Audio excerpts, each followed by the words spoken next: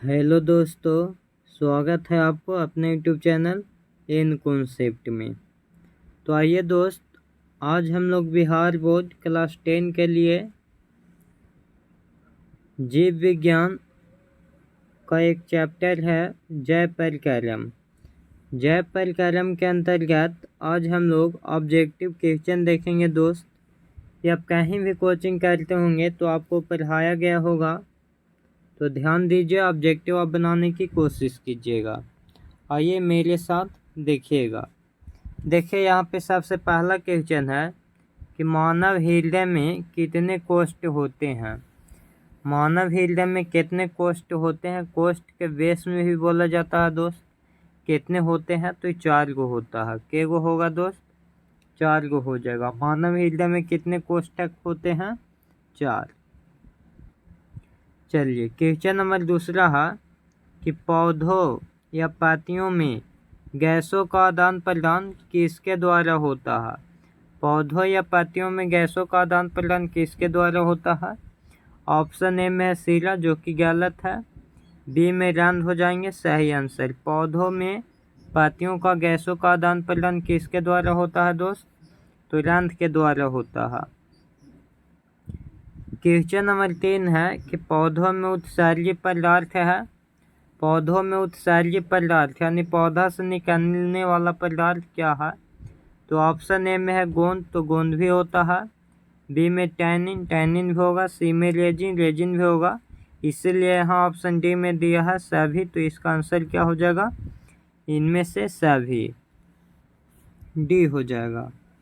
आइए question number 4 है कि कौन सा एंजाइम वसा प्रक्रिया करता है। कौन सा एंजाइम वसा प्रक्रिया करता है? पेप्सिन, पेप्सिन नहीं होगा। टिरिप्सिन भी नहीं होगा। लाइपेज, लाइपेज जो होता है वसा प्रक्रिया करता है। क्या हो जाएगा? लाइपेज। चलिए क्वेश्चन नंबर हो गया क्वेश्चन नंबर 5, किस प्रकार के श्वसन से अधिक ऊर्जा मुक्त होती है। यानी किस प्रकार के श्वसन से अधिक ऊर्जा मुक्त होती है? तो आपको हम बताए हैं कि श्वसन 2 प्रकार के होता है, एक वायवीय एक अवायवीय। वायवीय में क्या होता है कि इसमें अधिक ऊर्जा मुक्त होती है। इसमें क्या होता है? अधिक ऊर्जा मुक्त होती है। इसमें कम ऊर्जा मुक्त होती है। तो यहाँ हमसे अधिक बोला, तो अधिक क्या हो जाएगा? वायवीय।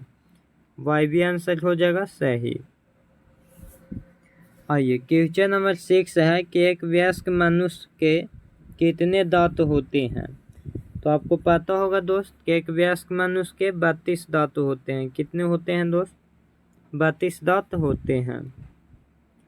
चलिए क्वेश्चन नंबर नेक्स्ट है कि प्रकाश संश्लेषण होता है रात में, दिन में, रात दिन, सुबह शाम। तो प्रकाश संश्लेषण की क्रिया दिन में होता है।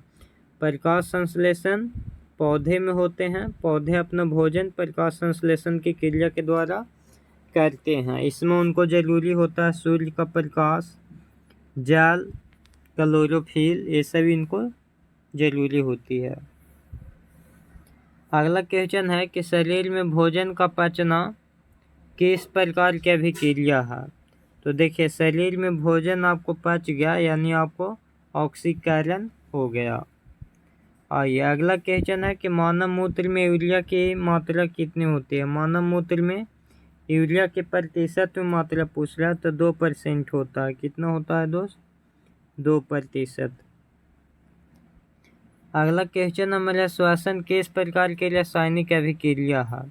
तो श्वसन किस प्रकार की रासायनिक अभिक्रिया है? ऊष्माक्षेपी अभिक्रिया। किस पौधे में रंध्र अनुपस्थित रहते हैं। तो देखिए कनेर में होता है रंध्र अनुपस्थित। कनेर में क्या होता है? उसमें रंध्र नहीं रहता है। देखिए अगला क्वेश्चन नंबर है कि गार्ड कोशिका की कौन सी भित्ति मोटी होती है। तो गार्ड कोशिका के जो भित्ति होती है वो क्या होता है? वो मोटी होती है।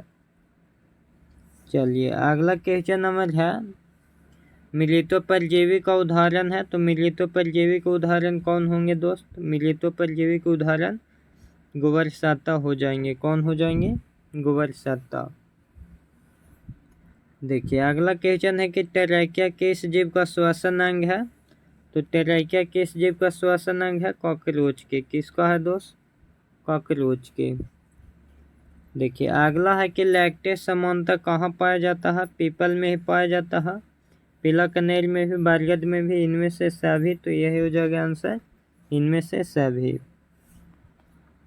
मानव गुर्दे का आकार होता है। तो मानव गुर्दे का आकार क्या होता है? सेम के बीच के आकार होता है। क्या होता है? सेम के बीच का आकार। क्वेश्चन नंबर 17 निम्नलिखित किसमें किण्वन की क्रिया होती है? तो किण्वन की क्रिया होता है ईस्ट में। किसमें होगा? ईस्ट में। क्वेश्चन नंबर है नेक्स्ट 18 कि ग्रहणी भाग है। तो बताइए ग्रहणी भाग किसका है? ग्रहणी सोटी आंत के भाग होता है। किसका होता है? सोटी आंत के। जीवन की एक महत्वपूर्ण विशेषता है। जीवन की एक महत्वपूर्ण विशेषता वृद्धि होता है। क्या होता है? वृद्धि। देखिए अगला है कि स्वपोषी पोषण होता है। तो स्वपोषी पोषण सिर्फ पौधे में होगा दोस्त। स्वपोषी पोषण किस में होगा? पौधे में होगा। देखिए अगला क्वेश्चन नंबर है ग्लाइकोलाइसिस होता है। तो ग्लाइकोलाइसिस किस में होगा? ग्लाइकोलाइसिस कोशिका द्रव्य में होता है। किस में होता है? कोशिका द्रव्य में। ग्लाइकोलाइसिस किस में होता है? कोशिका द्रव्य में। रक्त में ऑक्सीजन का वाहक है। तो रक्त में ऑक्सीजन का वाहक हीमोग्लोबिन होता है। कौन होता है? हीमोग्लोबिन। निम्न में से रासायनिक दूत कहा जाता है। रासायनिक दूत हम लोग बोलते हैं हार्मोन को। हार्मोन को क्या बोलते हैं?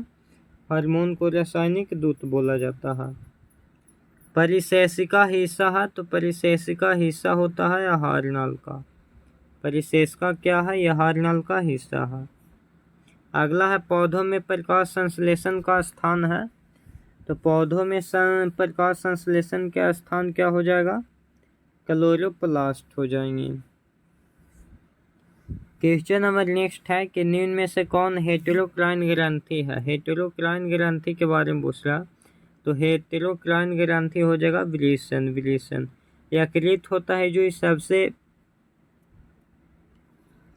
बड़ा ग्रंथि है। क्या है? इस सबसे बड़ा ग्रंथि है। यकृत सबसे बड़ा ग्रंथि होता है। तो ये देखिए क्या हो जाएंगे? हेटेरोक्राइन में वृषण।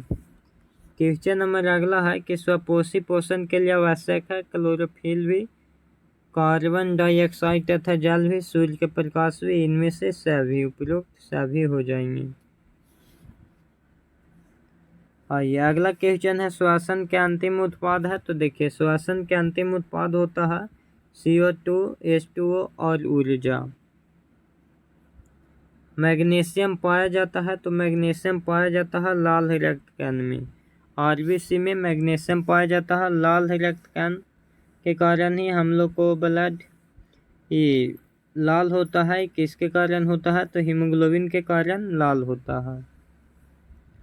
अगला कि RBC का जीवन काल क्या विधि होती है? तो RBC इनके 120 दिन होगा और WBC होगा। WBC इसका होता है